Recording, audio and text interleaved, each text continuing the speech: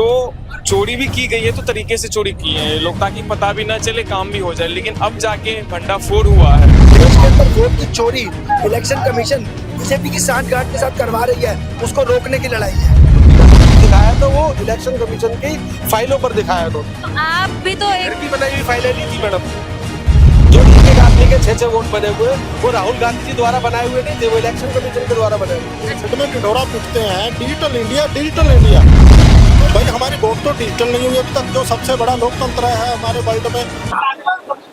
Election commission और विपक्ष की लड़ाई आप लोग लगातार देख रहे हैं। इस बीच इंडियन यूथ कांग्रेस के द्वारा एक धरना प्रदर्शन किया गया है इलेक्शन कमीशन के ऊपर। जितने आरोप लगाए गए हैं उसको लेके यदि कल की तस्वीरें बताऊं तो पार्लियामेंट स्ट्रीट में जितने भी अपोजिशन के एमपीज हैं उनको डिटेन किया गया और आधी रात उन्हें छोड़ा गया। आज इंडियन यूथ कांग्रेस के द्वारा ये प्रदर्शन किया जा रहा है।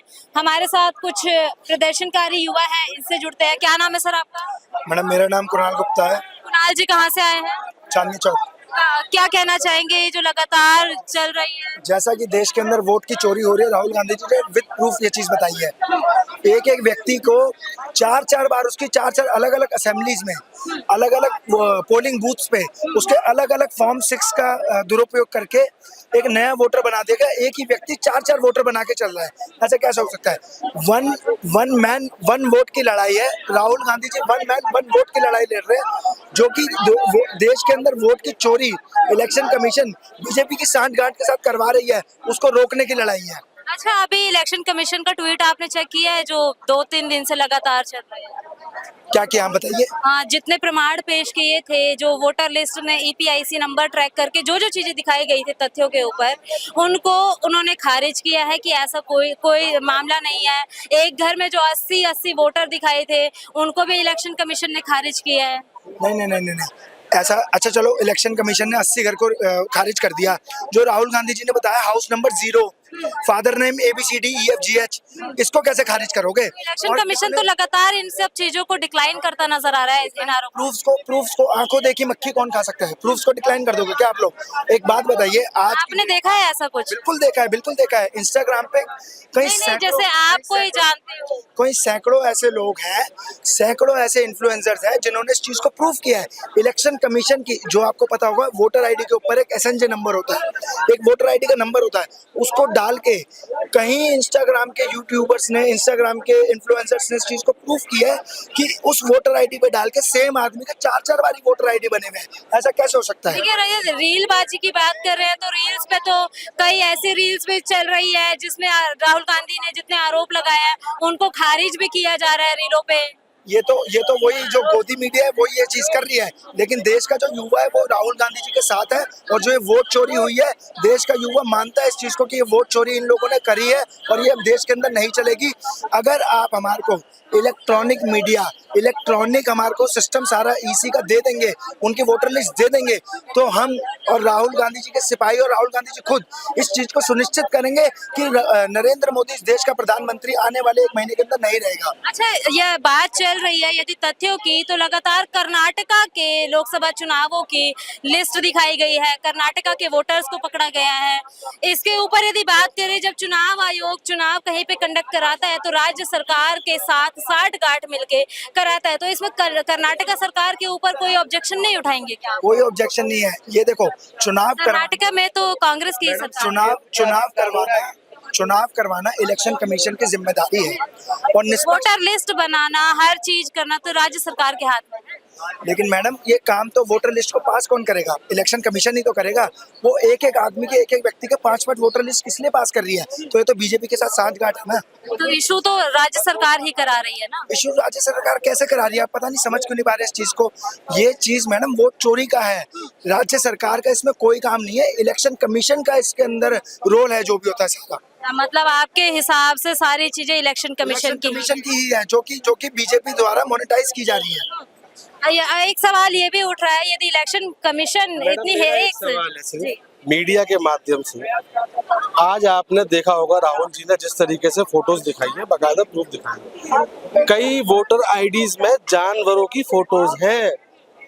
वो कैसे बनी, कैसे वो पोर्टल पे आई? किसी इंसान की फोटो नहीं है, एक जानवर की फोटो होने के साथ साथ और उसका वोटर आईडी कार्ड बनाया कैसे, मैं मीडिया के माध्यम से पूछना चाहता हूँ इलेक्शन कमीशन से। इलेक्शन कमीशन लेकिन इन आरोपों को खारिज करते नजर तो मैडम ये फिर इलेक्शन कमीशन फिर वोट कराना बंद कर दे। तानाशाही तो चली रही है देश के अंदर।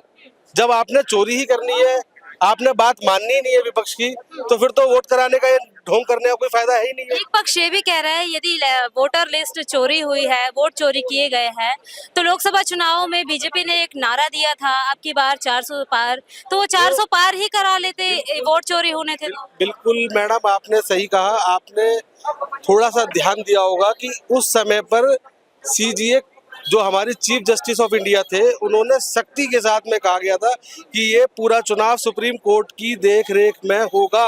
सिर्फ यही कारण था जो वो 400 पार नहीं कर पाए। अदरवाइज जो आदमी मर चुका है उसके वोट 4-4 वोट पड़े हैं। तो इसी के लिए तो एसआईआर जरूरी है ना। मैडम एसआईआर तो सही तरीके से करा जाए ना। मरे हुए आदमियों के वोट हो रहे हैं, जानवरों की फोटो लगने के बाद में वोटर आईडी कार्ड बन रहे हैं, 0 एड्रेस पे 70-70 वोट हो रहे हैं, और एक एक आदमी के एक ही विधानसभा में 6-6 वोट बने हुए हैं। आप राहुल गांधी जी के उन तथ्यों के ऊपर बात कर रहे हैं या आपने भी ऐसी चीजें कोई निरीक्षण की है तब जाके आप बोल रहे हैं? मैडम हमने तो जो प्रूफ देखे हैं, जो राहुल जी ने जिस तरीके से उजागर किया है, उसके बाद में जब राहुल जी के बाद में स्टेप बाय स्टेप आम पब्लिक दिखा रही है ये चीजें। आपने कभी ऐसा कुछ निरीक्षण हम भी किया? लगे हुए हैं इस चीज में। हम भी अब इस बात को लेकर के जागरूक हुए और अपने आसपास के इलाकों में कोशिश कर रहे हैं ये सब चीजें ढूंढने की। आंखों देखा आपका नहीं है, बस जो राहुल गांधी जी ने प्रेस कॉन्फ्रेंस पोर्टल का देखा हुआ है। राहुल जी ने अगर कुछ दिखाया तो वो इलेक्शन कमीशन की फाइलों पर दिखाया उन्होंने। तो आप भी तो घर की बनाई हुई फाइलें नहीं थी मैडम।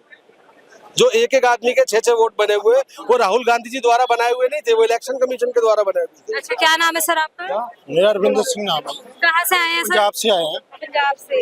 अच्छा, क्या कहना चाहेंगे सर आज इस धरने प्रदर्शन के बारे में? इसके ऊपर भी लगातार दो टूक बातें चल रही है कि कांग्रेस जो है ये ऐसे ही बातें करती नजर आ रही है, इसमें कोई तथ्य नहीं है, कोई सर पैर की बातें नहीं है। ये बताइए तथ्य क्यों नहीं है?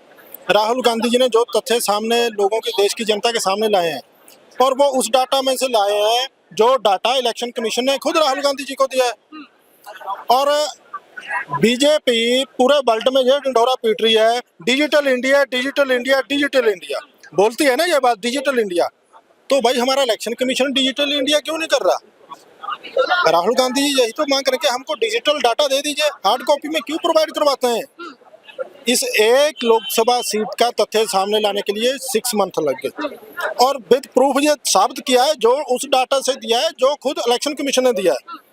अगर इलेक्शन कमीशन को कोई डर नहीं है तो वो डिजिटल डाटा दे। अच्छा सर, एक बात ये उठ रही है, देखिए पत्रकारों को भी गोदी मीडिया वगैरह कह दिया जाता है, पर मैं एक आपसे वाजिब सवाल लेना चाहूंगी।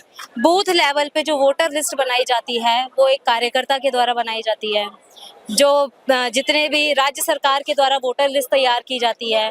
कर्नाटका के तथ्यों को लगातार पेश किया गया है। कर्नाटका में कांग्रेस की सरकार है, जो वोटर लिस्ट बनी है वो भी तो राज्य सरकार के द्वारा करके बनाई गई है। तो इसमें इलेक्शन कमीशन के साथ साथ आप क्रिटिसाइज राज्य सरकार को करेंगे या नहीं करेंगे? देखो, जो राज्य सरकार में भी जो इलेक्शन कमीशन के जो कर्मचारी हैं वहाँ पे, वो तो इंडिया के हैं ना। वहाँ पे जो इलेक्शन कमीशन है किसी भी स्टेट का, वो तो सेंटर से जाता है ना। वो तो वहाँ के मुख्यमंत्री तो वोट नहीं बनाते। अगर स्टेट की बात कर रहे हैं, चलो आपकी बात मान लेते हैं, अगर वो ये बात कर रहे हैं तो डाटा डिजिटल दे दीजिए ना। अगर किसी झोंपड़ी में एक कमरे में 80 वोटर आ गए, वो पॉसिबिलिटी बनती है? किसी का हाउस नंबर 0 हो सकता है कभी भी। ये कार्रवाई आप बीएलओ के ऊपर भी होनी चाहिए, और उसके ऊपर जो निगरान रहते हैं उनके ऊपर भी होनी चाहिए। और ये मैं बात आपको फिर से दोहरा रहा हूँ कि हम लोग पूरे वर्ल्ड में ढिंढोरा पीटते हैं, डिजिटल इंडिया, डिजिटल इंडिया। भाई हमारी वोट तो डिजिटल नहीं हुई अभी तक। जो सबसे बड़ा लोकतंत्र है हमारे वर्ल्ड में, जो इंडिया का, भारत का लोकतंत्र है, वो पूरे वर्ल्ड का सबसे मजबूत लोकतंत्र कहा जाता था। इन्होंने तो उसको भी बर्बाद कर दिया आज। और सबसे बड़ी बात यह है कि ये सवाल तो राहुल गांधी जी ने उठाए हैं इलेक्शन कमीशन पे। बीजेपी उनका पक्ष क्यों ले रही है? बीजेपी को डर किस चीज का है? अगर उनका इलेक्शन कमीशन के साथ कोई नाता नहीं है, कोई उनका अलायंस इलेक्शन कमीशन के साथ बीजेपी का नहीं है, तो उनको डर किस बात का है? वो अपना काम करें, अपनी सरकार चलाएं। कांग्रेस पार्टी जो इलेक्शन कमीशन से मांग रही है, जो डाटा दे रही है, वो खुद जाने। तो फिर उनको डर क्यों है? क्योंकि आप लोग बीजेपी को लेकर ही तो वोट चोरी के आरोप लगा रहे हैं ना।